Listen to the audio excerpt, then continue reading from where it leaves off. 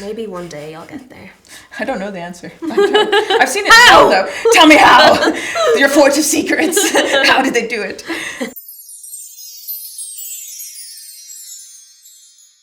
Julie, welcome to my fort. Thank you. It's so nice.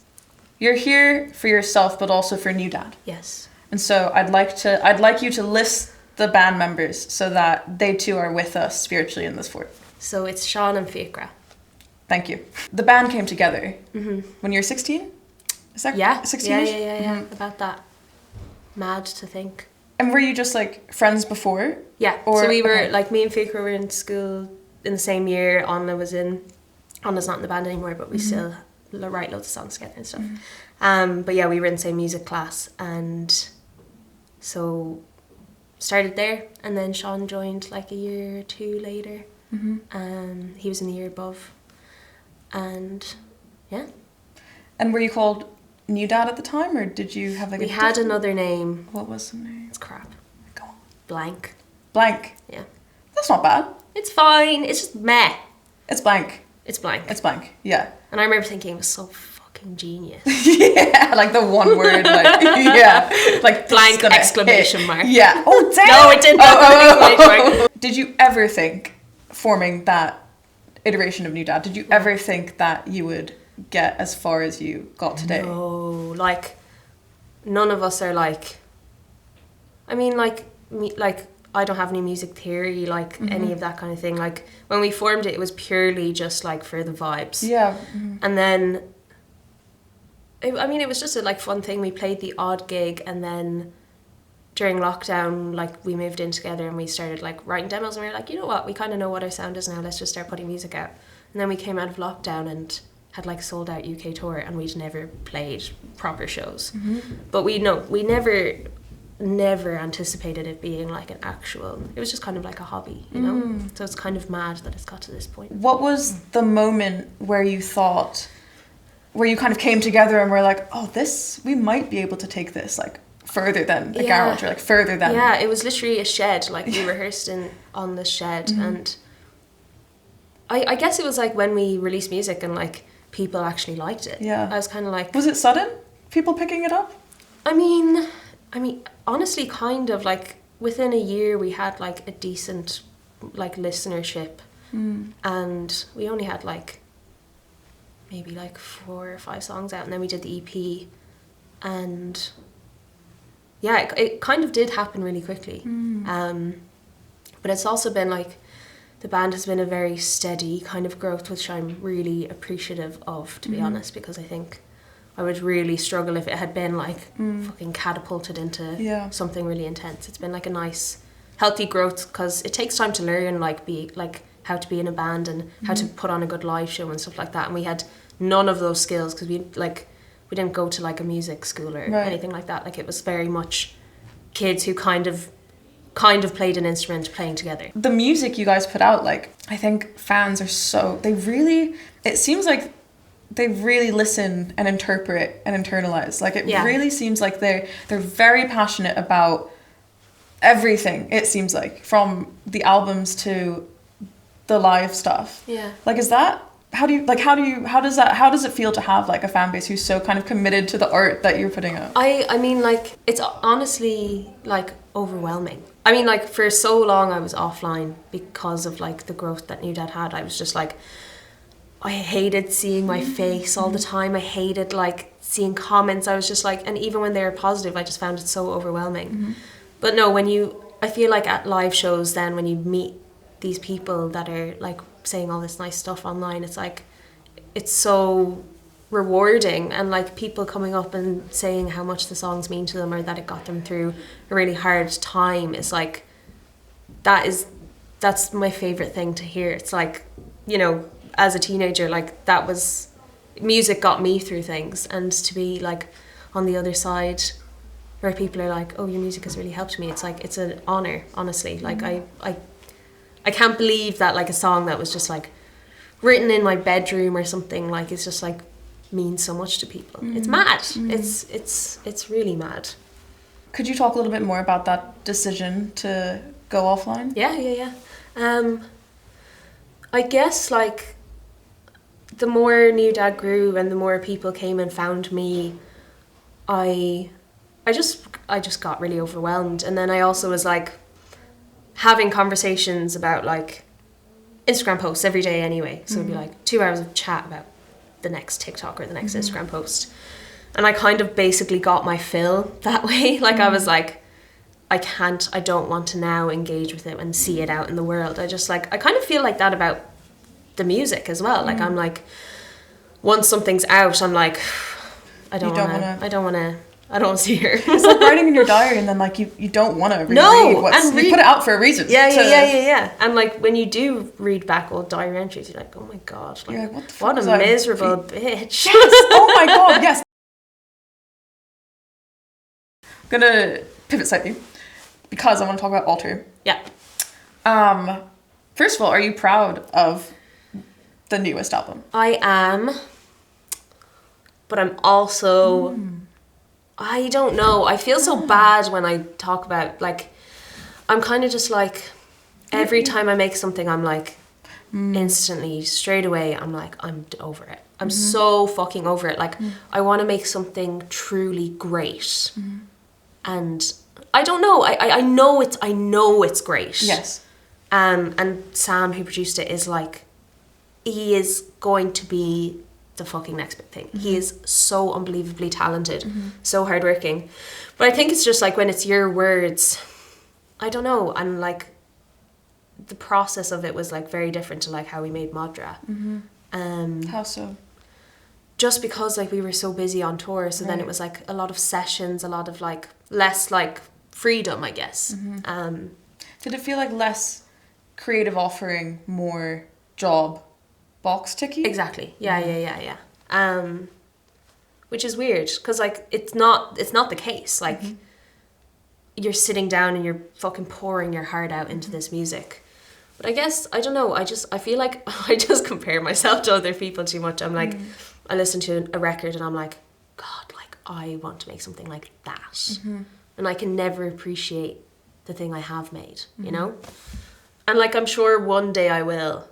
When I'm old, I'll be like, that was wonderful. Those were the days. Those were the good old days. I don't know. Are other artists like...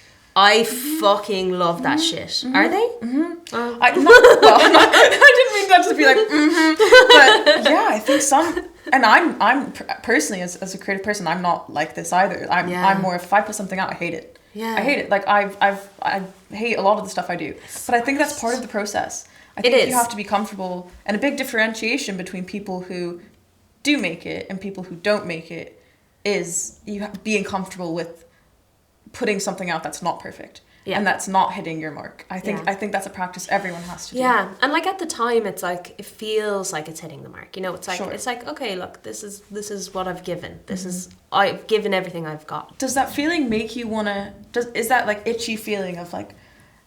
I'm describing it as itchy because it's almost like you need to scratch it. You need to scratch that creative fulfillment that you know you can achieve. But does it make you want to get in sessions for the next album or the next does. EP? And to be fair, like that is the best bit. And like for all of the songs on Alter, like when I was making them, I was like, okay, this is great. You know, like in the process of making it, it feels great. But then once it's out, it's probably just fucking ear fatigue. You know, it's like. I don't know, but I don't know. Are you the only person in the band who writes the lyrics still? Yes. Yeah. Okay. And was that like a conversation the band had, or was it just a natural kind of... It actually wasn't. And like, it's definitely like something that it doesn't always have to be that way, you know? But I guess because I was the singer, I started writing them and then it just kind of became the habit. Like it was like, you know, we jam a song, make a demo, and then I'd write something on it. And like a lot of the time, like the guys wouldn't have known what the lyrics to a song were until the song came out, you know, and then they're like, oh, that's what she's saying. Oh, wow. And like I wouldn't sit down and be like, this is what I'm trying to say. Right. I kind of just am like... And what is your lyric writing process like? Because I think I read somewhere that you can only do it on like a bad day. Kind of, yeah. I mean, that is the case. Yeah. Like I've been having such a good crack recently, and then I've been trying to write lyrics and I can't do it. I have to be sad to be successful. I know. I need to do something fucked up. No, I just like it really does come a lot easier because it's easier to get like existential and self-deprecating, and when you're fucking like hungover and feel like crap, it's like it is definitely easier to do it then. Like I truly admire people that can write happy songs without them being cheesy. like without being cheesy. Yeah. How do people do that? Maybe one day I'll get there. I don't know the answer. I've seen it now, though. Tell me how. Your forge of secrets. How did they do it? But maybe it's not. Is it in NewDad's future to be like that? I would like it to be. Like my parents would love that too. They're like, maybe the next album will be a happy one, and I'm like, oh, I don't think so. In terms of like the actual process of writing a song. What is that like for, because there's so many moving parts, like what is it like for a band to write a song? The process kind of changes a lot, I found. I think the best way that, like the best things come out of like a band jamming together is the best way. But like we were so busy on tour that we didn't actually get to do a whole lot of that for the last album. Yeah, like jamming in a room together is always the best. The best. That's when like that's the fun bit, you know? Yeah, I've missed that. It's just been so hectic, you know? It's hard to like find time to be free and making music when you're like trying to perfect a live show or trying to just keep on top of like everything. It's like I think people forget that there's admin and there's busy schedules and there's like other things jobs, like, you know, it's like right. it's just like it's very hard to coordinate. And it's so funny because like from the outside it always looks like so cohesive and so like they're doing so well, it's all going so great, and it's like so messy, you know? Like it's just really hard, and like everyone knows that. I think it's great that artists are being more honest about, and like it's you know, it's not like we're so lucky to do what we do. So many people are in jobs that are miserable and that they hate. So to be able to do what you love is the greatest privilege of all time. But it's not without its faults. Like, you know, there's, especially now the way the music industry is functioning, like it's just like no one can afford to be in a band. Like it's impossible. Are you grateful for having experienced a level of the industry that you're at right now? Or do you kind of wish you just blew up and, you know, kind of never touched a label or never touched kind of external money? Yeah, I do think about this a lot, and like there's so many artists that are like that, and because of it they've like been able to kind of, I don't know, like keep you and yourself and your art to yourself. Yeah. Because like you're putting it out into the world. Anyone can hear that shit. It's like, I don't know, but there's something about when you take that relationship with like music or writing or whatever it is, like, and you're making a record, and then there's all these fucking opinions about the thing that you're making. Like that is just, it just doesn't feel like that should be the case. Right. Like I think like I really respect those artists that are just like, I would love to not have to have a fucking phone. Like I would love to just be able to like make music and put it out. But it's just not the world we live in. Like those were the old days. Yeah. Like, what is your relationship now that perhaps there's recognition for you and your band members? Like, what is the relationship with home like? I have like a really good relationship at home, and I think like my family are there and like my best friends are there, and it's such a nice, like, it's so nice to be able to go back and everything's still the same, and like no one's like giving you funny looks or anything. Okay. Do you know, it's like it's just Galway's a very relaxed place, and I don't know, there's like no ego about the place or something. Right. You kind of just go back and it just feels normal and it feels safe, and yeah, that's a good question though. I feel like something that people might not realize when you kind of, and I think this is evident in Alter as well, but when you start to get success and numbers grow and like more people want your time and attention, I feel like there is something that has to give. Like there is like a sacrifice that like there are many sacrifices that you have to make.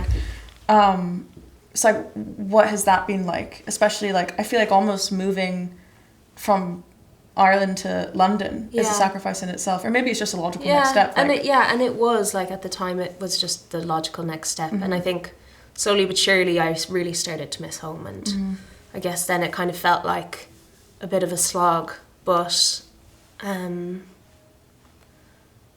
think I don't think anyone should stay in the same place forever. Do you know what I mean? Like it's important to go, and there's then a newfound appreciation for home and your family and like the things that you miss. No, I think it kind of taught me as well to like be like, I don't know, like think more critically and think about what I need. You know, it's kind of forced me to understand what I need to feel like connected to home, and it kind of just means sometimes like you have to put time aside to be like, no, I am going. Like I'm not going to hang around to be at everyone's disposal all the time. Like you really need to take time to do what you need for you, especially when you like, it's such an intense job, and then being on the road and stuff, it's like you need to prioritize your mind after all that, you know. So that's what I do. I go home like when I moved here, I went back like maybe like the first year I was back like 3 times, maybe twice, which is still pretty good considering like some people never get to go home that much. But now I'm like, I try to go every month. Like it's good. It's a nice balance. It's nice to have both, you know. Thanks so much for coming stargazing with me. Thank you for having me. It's so beautiful here. It's just 40